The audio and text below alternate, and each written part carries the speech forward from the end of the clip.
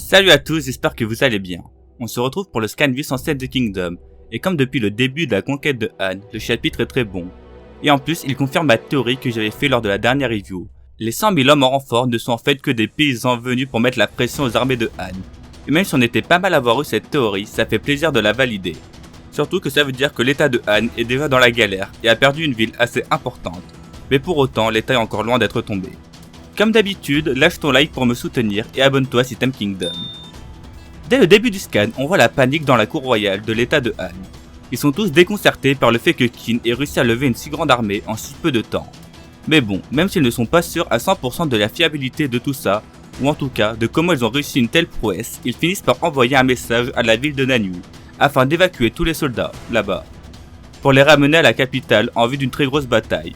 Cette décision est quand même assez difficile à prendre pour la cour royale, étant donné que ça veut dire envoyer les 10 000 citoyens à une mort quasi certaine, ou une vie de prisonnier. Et on voit que beaucoup de gens présents ont de la famille qui habite là-bas. À cause de ça, ils commencent à perdre courage, mais heureusement, le chancelier les rassura un minimum, en leur disant que le seigneur de Nanyue, Ryuan, est l'un des hommes les plus talentueux parmi les seigneurs de Han. Et justement, c'est au même moment qu'on a commencé à voir les habitants de Nanyue, et notamment les hommes bien placés de la ville. Ils apprennent que les troupes doivent être envoyées à Shintei et comprennent que le roi les abandonne. Ils se mirent tous à paniquer, sauf le seigneur de cette ville, qui avait déjà tout compris. Il leur dit d'arrêter de paniquer, et qu'il faut envoyer tous les soldats présents dans cette ville vers la capitale, car dans tous les cas, la ville tombera, autant rassembler un maximum de force à la capitale, en vue d'une grosse bataille. Ryuan semble être un homme vraiment bon, car il dit à l'un de ces hommes anxieux que s'il voulait, il pouvait s'enfuir avec sa famille. Mais au passage, il doit s'assurer de mettre en sécurité autant de personnes importantes du château de Nanyue que possible. Il donna ensuite le même conseil à tous les hommes importants de la ville, afin de pouvoir reconstruire la ville dans le futur. Mais lui décida de rester dans la ville malgré le conseil de ses hommes, étant donné que le rôle du seigneur est de rester dans sa ville et qu'il est prêt à donner sa vie afin de sauver autant de gens que possible. Il semble aussi être très intelligent car il donna l'ordre d'évacuer avec toute la nourriture en vue d'un siège de Shintei, car sinon c'est l'armée de Qin qui va s'en emparer. Et j'ai bien aimé la remarque sur Kanki, comme quoi ils sont vraiment heureux que ce ne soit pas lui en face, car ça ne serait sans doute pas passé comme ça, et qu'il espère que le général qui va arriver à leur porte ne sera pas un général effrayant. Et tant mieux pour lui, car ça va être Shin qui va arriver, tout l'inverse de Kanki. Et je pense que leur interaction peut vraiment être intéressante si jamais Shin ne se bave pas dessus, car là on pourra avoir des scènes vraiment cool. On sait qu'il détestait les méthodes de Kanki et qu'il va bien traiter tous les civils de Nanyue. Et de ce fait, il pourrait créer une forte sympathie envers eux. On sait que le but de Sei n'est pas de terroriser tous les états, mais de les soumettre, et qu'ensuite ils vivent tous ensemble dans la paix et le bonheur. Et pour ce faire, il faut vraiment traiter avec soin les civils capturés, et ça ferait écho au message que le roi Shou avait laissé à Issei. Et si les plans de Qin consistent à ne pas se battre, continuent, même en dehors de cette ville, on peut imaginer qu'ils vont s'emparer de la plupart des villes autour de la capitale, sans se battre, juste en mettant la pression. Et ensuite, en traitant parfaitement les civils restés dans les villes. On pourrait alors avoir un très grand ressentiment envers le roi de leur état, qui les a tous abandonnés, mais je vais revenir sur la suite du plan plus tard dans la vidéo. On voit ensuite certains habitants de la ville évacués, en pleurs devant abandonner une partie de leur famille ainsi que leur ville. Toute l'armée avec à leur tête le général numéro 2 de Han, se dirigeant vers sa capitale avec un air déterminé. La Aishin apprend ensuite que tous les soldats ont quitté la ville, ils viennent de s'emparer de Nanyue sans se battre, une capitulation sans verser de sang. Kyukai et tout ont montré à tout le monde leur énorme intelligence, et la guerre pour s'emparer de l'état de Han commence vraiment très bien, avec un gros coup du côté de Qin.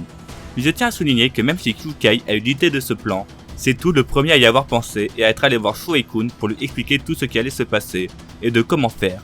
Son plan gagnait en utilisant des tactiques psychologiques. Pour ce faire, il leur demande de rassembler 100 000 hommes de plus et de leur envoyer en renfort. Bien évidemment, on commença à le traiter de fou, étant donné qu'ils n'ont plus de soldats disponibles pour l'aider. Mais tout répondit qu'ils n'avaient pas besoin de vrais soldats.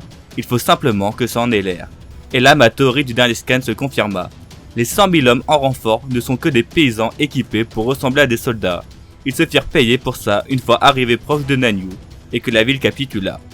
Et franchement, je trouve ce plan incroyable. Ça fait du bien de revoir des plans psychologiques, et on voit à quel point Tout est vraiment un grand général capable de varier tout type de stratégie. Son énorme expérience est vraiment son plus gros point fort. Ça fait plaisir de voir Tout être mis en avant. On peut aussi saluer Kyukai qui a eu la même idée que lui.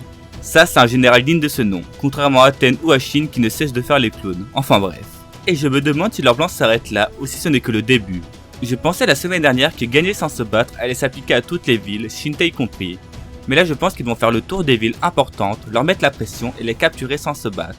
On se retrouverait alors avec la quasi-totalité des forces de Han à la capitale, et on peut alors imaginer deux gros scénarios.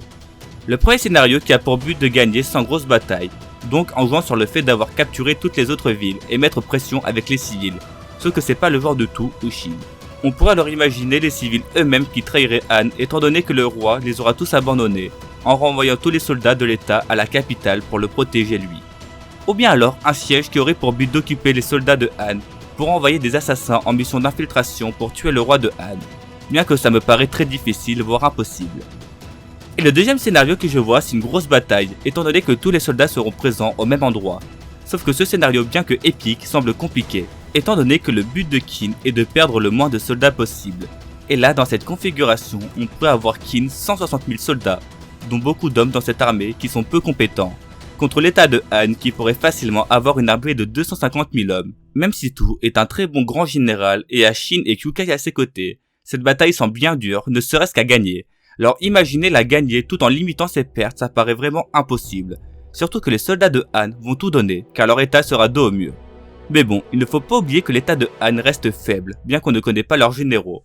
Mais ils sont largement inférieurs à Tu ou à Shin, qui eux ont un état qui ne cesse de se battre. Malgré ça, j'ai une grande confiance en Tu et Kyukai, et je pense que ce n'était que la première partie de leur plan, et on va assister à quelque chose de grandiose. Le grand général Tu va tous nous choquer.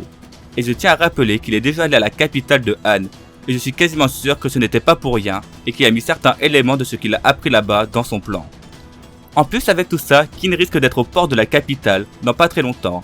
Et si c'est le cas, ça pourrait faire réagir Wei et Zhao, qui se mettraient alors à essayer d'intervenir. Mais Muten et Won ne se laisseront pas faire, et on aura le droit à une triple confrontation. Et c'est vraiment le scénario que j'ai le plus envie de voir, car on verrait énormément de personnages briller. Que ce soit Tu, Muten, Won, Shin, Kyukai, Guomei peut-être, ou d'autres généraux de Wei, ou même Bandanji et Senshiju qu'on n'a pas tant vu que ça au final. Bref, le futur semble radieux pour les scans de Kingdom, on va vraiment très bien manger dans la suite de l'œuvre, et on sait que Hara peut nous surprendre à tout moment, et j'ai hâte de voir ça.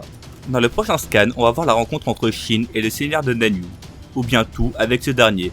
Vu comment il est présenté, leur discussion peut être très intéressante car il semble très intelligent, et être un homme vraiment bon.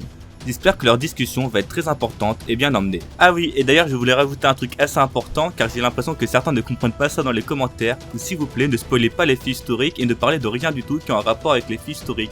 La plupart des lecteurs de Kingdom, moi compris, on ne les a pas lus et il y a bien une raison à ça. On n'a pas envie de se faire spoiler la fin du manga ou bien les batailles qui ont l'air intéressantes. Alors je vous en supplie, arrêtez de parler des faits historiques. Si la vidéo vous a plu, n'hésitez pas à la liker et à vous abonner, c'est le meilleur moyen de me soutenir.